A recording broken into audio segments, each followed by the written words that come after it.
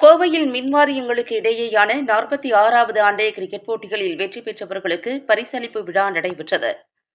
கோவை நவ இந்தியா பகுதியில் உள்ள தனியார் கல்லூரியில் தமிழ்நாடு மின் பகிர்மான கழகம் சார்பில் 46வது அகில இந்திய மின்வாரியங்களுக்கு இடையேயான கிரிக்கெட் போட்டி பரிசளிப்பு மற்றும் நிறைவு விழா மின்சார வாரிய விநியோக இயக்குநர் இந்திராணி தலைமையில் நடைபெற்றது.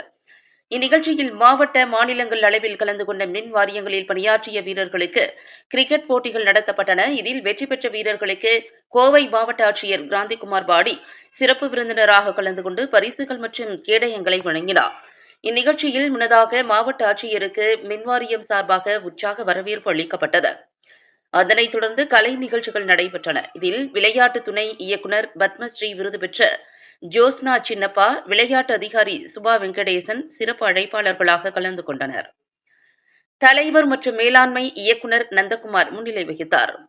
மாநகராட்சி மேயர் ரங்கநாயகி, துணை மேயர் வெற்றி செல்வன் ஆகியோர் உடனிருந்தனர். தலைமை பொறியாளர் குப்புராணி கலந்து கொண்ட அனைவருக்கும் நன்றி தெரிவித்தார். இதில் மின்வாரிய ஊழியர்கள், அரசு அதிகாரிகள் மற்றும் ஏராளமானோர் கலந்து கொண்டனர்.